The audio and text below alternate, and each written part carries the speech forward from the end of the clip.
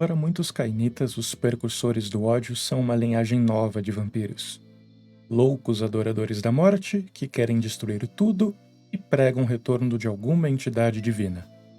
Mas a verdade é que eles estiveram ativos por quase toda a história cainita, e boa parte de sua existência foi dedicada à cultivação de um ódio por tudo que é a Camarilla. Eles são alguns dos remanescentes do clã Capadócios. Dos remanescentes dos Capadócios, alguns poucos foram absorvidos pelo Giovanni e viveram como serventes.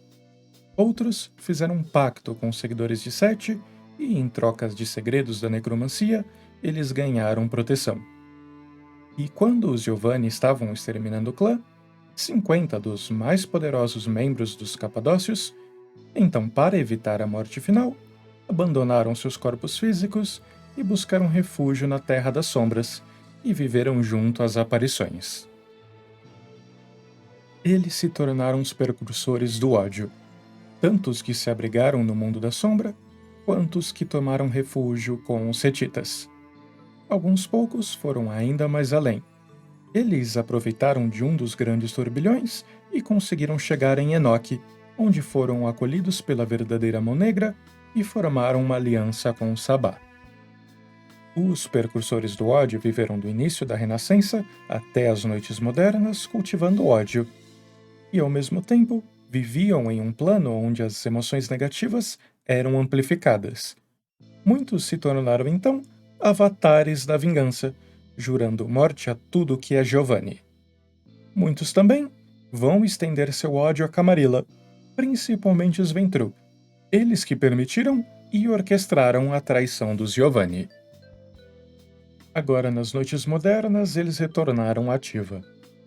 É incerto se foi devido ao sexto grande turbilhão, que aproximou a Terra das Sombras à Terra dos Vivos, ou se foi alguma influência do Capuchinho, a figura misteriosa que age como um líder dos Giovanni, embora não seja do clã Giovanni. Mas agora eles estão de volta. Esses que voltaram se alinharam ao Sabá, não por compartilharem da visão do Sabá, mas sim para continuar a guerra contra a Camarilla. Aqueles que já no passado haviam se juntado à verdadeira Mão Negra, agora se focam mais no estudo do Reino das Sombras. Esses e outros que haviam sido instruídos por Lazarus agora trabalham para corromper diversos locais a fim de reduzir a distância entre o Reino dos Vivos e o dos Mortos. Com isso, eles criam portais para o Reino das Sombras e facilitam a entrada de espectros no Reino dos Vivos. Agora, na quinta edição, os precursores do ódio se juntaram a alguns dos mais novos e oprimidos dos Giovanni e lançaram uma incursão aos domínios dos Giovanni em Veneza. Eles conseguiram destruir muitas das posses dos Giovanni.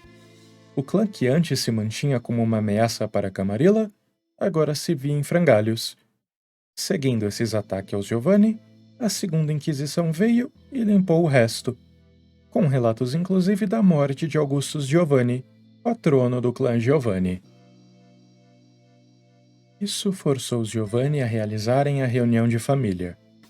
Agora, livre da presença de Augustus, muitos dos precursores do ódio preferiram voltar para junto dos demais capadócios e atenderam a reunião de família.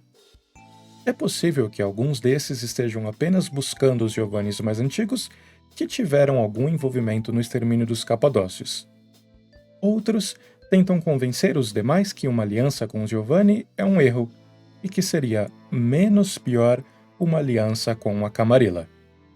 De qualquer forma, eles agora se fundiram e formaram um novo clã, os Precursores de Ashur, e agora fazem parte do clã Hecata. Muitos vão desprezar o antediluviano Capadócios, aqueles que eles chamam de Ashur, vendo como o melhor exemplo de um senhor bastardo. Ele que 2 vezes sacrificou o próprio clã. Primeiro, no festim dos tolos, que extinguiu quase metade do clã, depois, durante o extermínio do clã Capadócios pelos Giovanni, algo que foi previsto e até planejado pelo próprio Capadócios. Esses não veem Ashur como um sábio, e sim como um louco perigoso e demente. Eles então vão preferir exaltar Lazarus, o rebelde entre os capadócios. Ele que recusou o chamado para o festim dos tolos e uniu os remanescentes do clã em ódio a Ashur. Esses ficaram conhecidos como os Lazarenos. Outros vão se dedicar a Jafé, aquele que tentou impedir o extermínio e protegeu muito dos capadócios que restaram. Inclusive, o nome Percursores do Ódio, do inglês Harbingers of Skulls, é traduzido como Percursores de Crânios. E isso se dá uma promessa feita por esses membros. Vamos presentear Ashur com os crânios daqueles que ele assassinou, antes de retalhar a sua alma, como ele destruiu a nossa. Alguns poucos vão ver os Giovanni também como vítimas da loucura de Capadócios, e vão então demonstrar alguma afinidade. Esses também vão tentar despertar os remanescentes dos Capadócios para essas verdades. Da mesma forma, existem registros que contam uma história diferente. Nessa, os percursores sempre existiram. Eles eram uma facção dentro dos Capadócios. Eles agiam como assassinos e, graças ao seu domínio sobre pragas, eles derrubavam reinos inteiros, além de prover para os demais Capadócios corpos para suas pesquisas. Aqueles que passaram mais tempo no Sabá podem ter adotado o fanatismo tradicional da seita. Outros simplesmente formaram alianças de conveniência e não pensarão duas vezes em abandonar os fanáticos. Outros ainda talvez sintam falta da liberdade para pesquisar e se envolver no oculto que somente o Sabá pode, ou melhor, podia providenciar. Como um clã, eles não têm muita organização.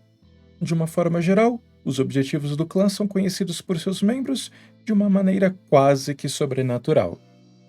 A critério do narrador, membros dos Percursores do Ódio podem ter facilidade na hora de identificar vampiros que pertencem à Camarilla. Da mesma forma, a critério do narrador, pode ser mais difícil para um vampiro dos Percursores do Ódio existir o frenesi na presença de um membro da Camarilla. Os Percursores do Ódio vão também usar máscaras elaboradas que são usadas para apresentar a posição dentro da hierarquia do clã. Esse costume vem da antiga fraqueza do clã e a necessidade de esconder o próprio rosto. Essas máscaras seguem o padrão das máscaras do Carnaval de Veneza e são extremamente belas. Embora a hierarquia do clã não se traduza diretamente em poder, os novatos do clã vão demonstrar bastante reverência aos mais velhos e àqueles que têm conhecimento dos rituais mais poderosos. Também é comum aqueles com maior poder vestirem as máscaras mais elaboradas. Para aqueles dentro do clã, cada detalhe de uma máscara diz algo sobre aquele que a veste. Por incrível que pareça, essas máscaras que escondem o rosto entre os mortais protegem as memórias entre as aparições. Viver no mundo das sombras rouba as memórias de seus habitantes. Com isso, cada joia na máscara simboliza o conhecimento de um ritual. As cores e a textura podem traduzir a personalidade. O tipo de máscara pode dizer a função do membro: guerreiro, estudioso, diplomata, etc. Um detalhe: quanto mais curvas no nariz da máscara, mais Giovanni foram mortos pelo percursor. E embora os antigos percursores do ódio sejam poucos, cada um é extremamente poderoso, e vão ter sob seu controle diversas aparições. Essas que, em muitos casos, vão desenvolver relações de amizade com esses cainitas. Algo comum entre eles, eles vão abandonar a humanidade e favorecer trilhas de sabedoria. Um pequeno número de percursores, ao voltar do Reino das Sombras, perderam suas memórias. Eles agora se referem como os Despertos, aparições que voltaram para o mundo dos vivos e agora possuem corpos físicos. Esses seguem apenas a vontade da Dama do Destino. Essa que talvez seja a própria Eva, segunda esposa de Adão. Esses são inimigos de tudo que é vivo e juraram trazer à Dama do Destino todas as almas. Ser um membro dos Percursores do Ódio é difícil. Esse clã quase nunca abraça. De fato, aqueles que fazem parte da Manus Nigrum, a verdadeira mão negra, não realizaram nenhum abraço até agora. É tido que uma ordem de Lázaros diz que apenas quando todos forem resgatados do mundo das sombras, o clã poderá abraçar novamente. Outros dizem que esses seres anciões e tomados de ódio não têm interesse em nada que os mais jovens podem oferecer. Já aqueles que não fazem parte da verdadeira mão negra realizaram um abraço ou outro pelo decorrer das noites modernas. Em geral, eles também vão ter mais interesse em espíritos e aparições do que nos mortos decompostos que mais interessam os membros do clã Hecata. Sua fraqueza agora mudou. Antes, os precursores do ódio assumiam a aparência da morte, ainda mais acentuada que os capadócios. Eles eram cadavéricos, lembrando corpos mumificados, e assim como os Nosferatus, não podiam ter nenhum ponto em aparência. Agora, eles têm a mesma fraqueza dos Giovanni. A mordida de um precursor de Ashur causa extrema dor e pode até matar a vítima. E, assim como os demais membros do clã Hecata, eles são imunes ao chamado. Se você for adicionar um precursor em sua história, é interessante atribuir a personalidade de sábio. Eles também vão possuir artefatos milenares e podem estar interessados em trocá-los por conhecimento ou favores. Esse clã também carrega uma grande dívida para com os membros do Ministério, e conflito entre os dois clãs pode ser utilizados para criar cenários bem interessantes. E você, tem alguma dica para quem está pensando em jogar com um membro dos Percussores do Ódio? Ou alguma história bacana enquanto você estava interpretando um deles? Deixa aí nos comentários. E se curtiu o vídeo até aqui, talvez deixar o like e se inscrever no canal. Muito obrigado!